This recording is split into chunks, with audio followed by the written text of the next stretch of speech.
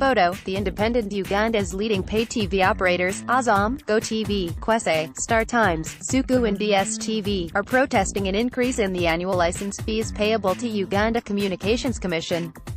Analysis by Othman Samakula. It is one that has been under wraps and seems to have been blown out in the open after a media exchange between the two on Monday.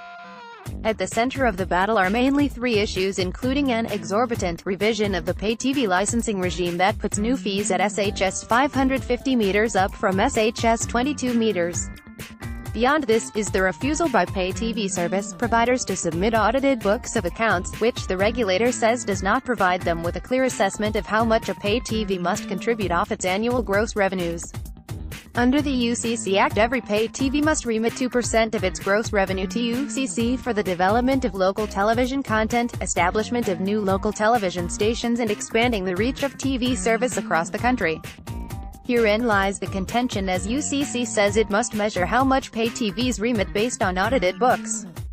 Just like telecoms, UCC says there is nothing peculiar for pay TV service providers to submit audited books detailing their income and other revenues.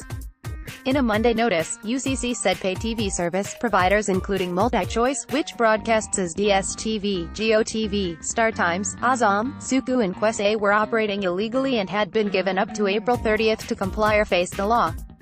The Commission shall, with effect from April 30, commence vigorous enforcement action against all pay TV provider that will continue broadcasting without complying with the law. Enforcement measures shall include but not limited to closure of broadcasting facilities and prosecution of offenders, the notice reads in part. In a media interview yesterday, Mr. Godfrey Mutabazi, the UCC executive director, told Daily Monitor that pay TV service providers were taking advantage of Ugandans and failing to offer some services such as Internet TV, which are provided for under digital migration. This, as it seems, could be the other sticky issue, which, as Mr. Mutabazi says, is a service that pay TV operators must provide as part of their packages. This, in essence, according to Mr. Mutabazi, means that every Ugandan who has TV access via a paid-for decoder must be able to access internet that they can use to send emails and such other services. However, pay TV service providers currently don't offer this service and have not come out to explain why. Internet and television broadcasting is now one. You can access internet and send your emails via television. Decoders should be providing internet in homes, Mr. Mutabazi said. Reached for a comment, Mr. Charles Hamia, the chairperson of pay TV service providers and the managing director of MultiChoice, invited Daily Monitor to the company's offices in Kololo, Kampala for an interview but later declined to comment on the matter, referring this reporter to a press release that pay TV service providers had released in response to UCC's notice. In a joint press release, pay TV service providers indicated there had been ongoing engagements, in noting that they were therefore surprised that UCC could allege that all pay TVs in Uganda were non-compliant, despite the fact that the same regulator had licensed them under the previous regime. Key among the contention, according to pay TV service providers, are the changes in the licensing framework fees that were increased by about 2,400% to SHS 550 meters. The licensing regime, pay TVs argue, is not sustainable as it will substantially increase the cost of pay TV, thus making it unaffordable. Pay TVs will have no choice but to pass on these increased fees to subscribers if we are to survive, which we are reluctant to do, as it would make pay TV services unaffordable and place an additional burden on consumers. Part of the joint press release reads.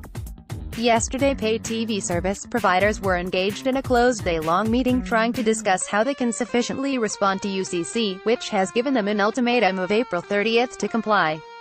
A source inside the meeting, of pay TV service providers, who declined to be named because of the sensitivity of the matter, told Daily Monitor yesterday that they had resolved to remain silent for now pending a meeting between themselves, UCC and the Permanent Secretary at the Ministry of ICT. However, we could not independently verify when the meeting will be taking place, as details remained scanty by press time. The new licensing regime, which seems to be the main sticky issue, came into force on January 1.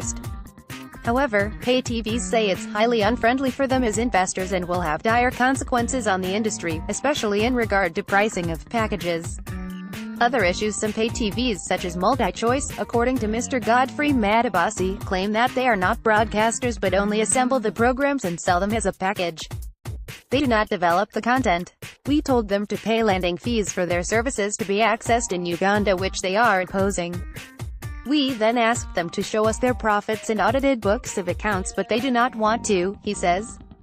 Basis of license regime substituted. When UCC switched to digital broadcasting, according to Mr. Mutabazi, the migration only relieved pay television service providers the burden of hiring separate physical premises for regional stations, but that did not remove the annual subscription fees which each station pays, because the new infrastructure has substituted the stations which were abolished. During analog, Star Times had 20 stations across the country, each paying an annual subscription fee of SHS 20 meters. Each year, they were paying SHS 400 meters, which is not different from what we are asking for, he said.